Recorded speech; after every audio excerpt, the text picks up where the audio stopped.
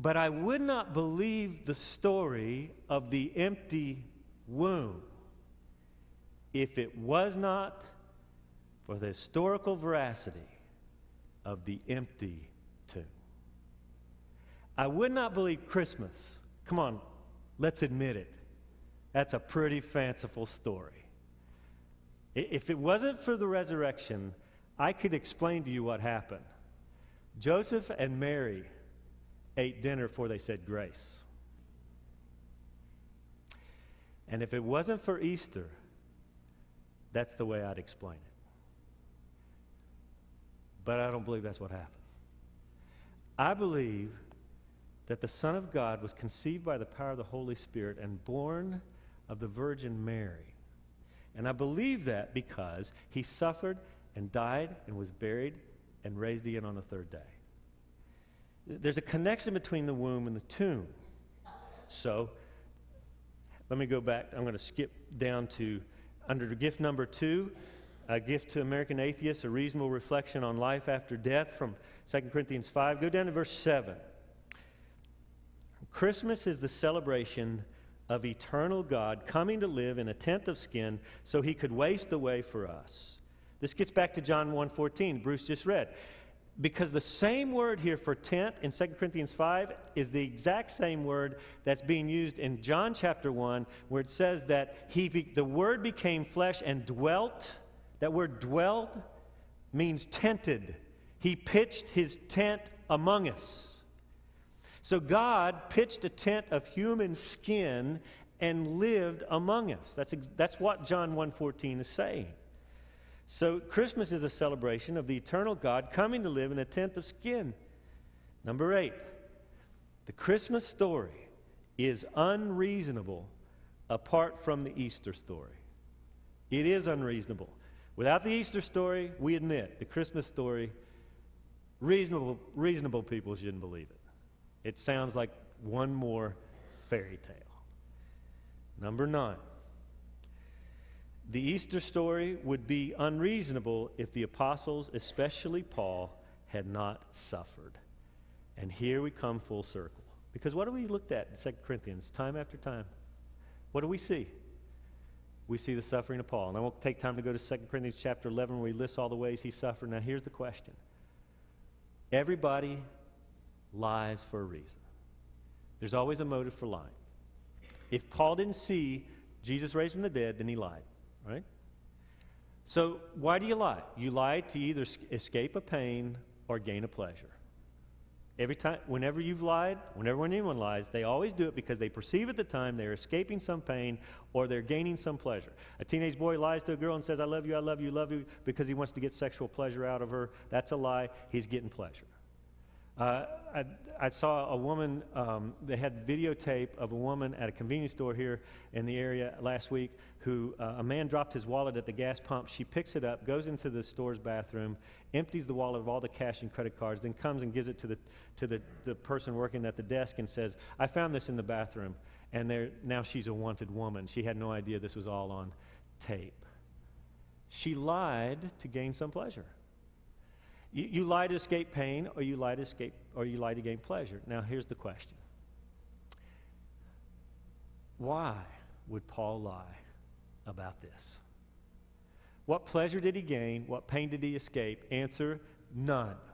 He only added pain to his life. He suffered for his testimony. He maintained that testimony to the very end. Not only him, but all of the apostles. And now we get back to the same apologetic we use every Easter. While many people will die for what they think is true, no one dies for what they know is false. And if Jesus was not raised from the dead, then the apostles knew it better than anyone else. There is no motive to lie about this. I believe in Christmas because I believe in Easter. I believe in Easter because I believe in Paul's testimony. I believe in Paul's testimony because he died for that testimony. So the third gift I want to give is a poetic exchange of gifts. Since the atheists gave us the gift of the Christmas coloring book for atheists and their poem, you may know that we have a tradition here every year, the Sunday before Christmas, that my gift to you and to you and American Atheists this year is a poem that I write based on the text that I've just preached. Unfortunately, it's kind of long. It's a long-winded poem. It's just something about preachers. So you just settle back and relax, and we'll close with the 2010 Advent poem. It's here again, the Christmas war, when Christians must endure a growing challenge to the faith. Your faith is not so pure. But hear them out, these infidels. They raise a valid point. There are some thinkers in their midst whose faith is out of joint. They are not all just wind and noise, anger, rage, and bluster. We can't align ourselves with them, become a true myth buster.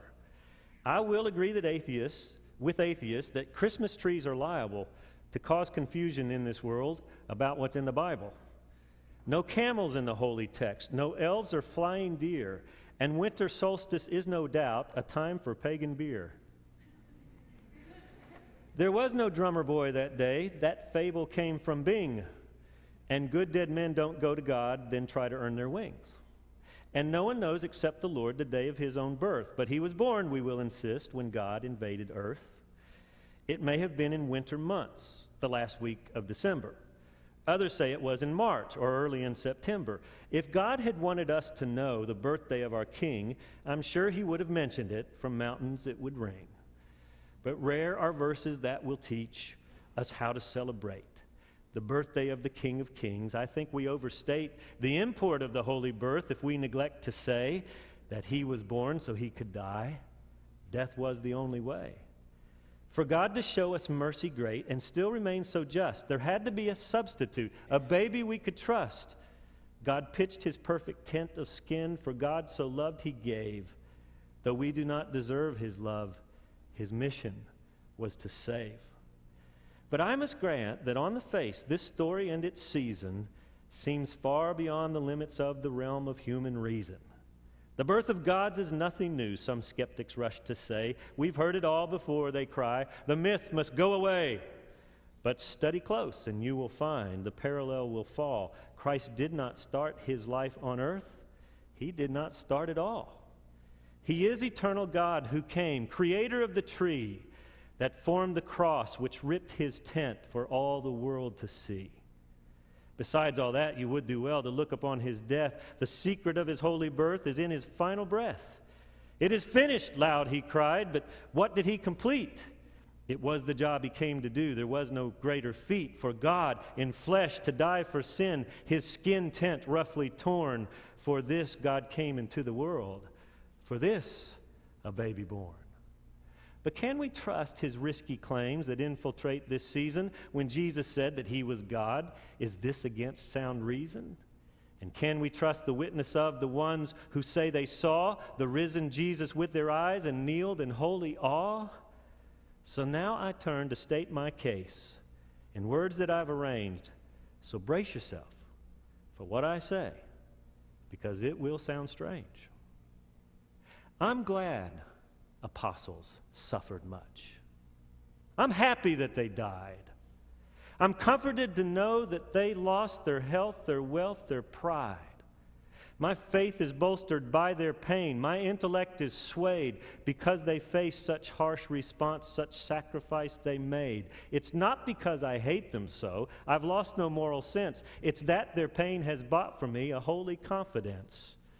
The comfort they received from God while bearing a true claim now comforts me as I press on for the fame of his name. Men lie to make their lives go well. Deception is for gain. It makes no sense that they would start a myth that brought them pain. Why would they lie about this life? It goes against all reason to fabricate a myth bizarre, then suffer for their treason. So don't forget this Christmas day, there was an empty tomb. There was an empty womb, but that would be too much to take without an empty tomb. Yes, I believe the Christmas truth, though I don't know the season, because it rests on Easter facts and satisfies all reason.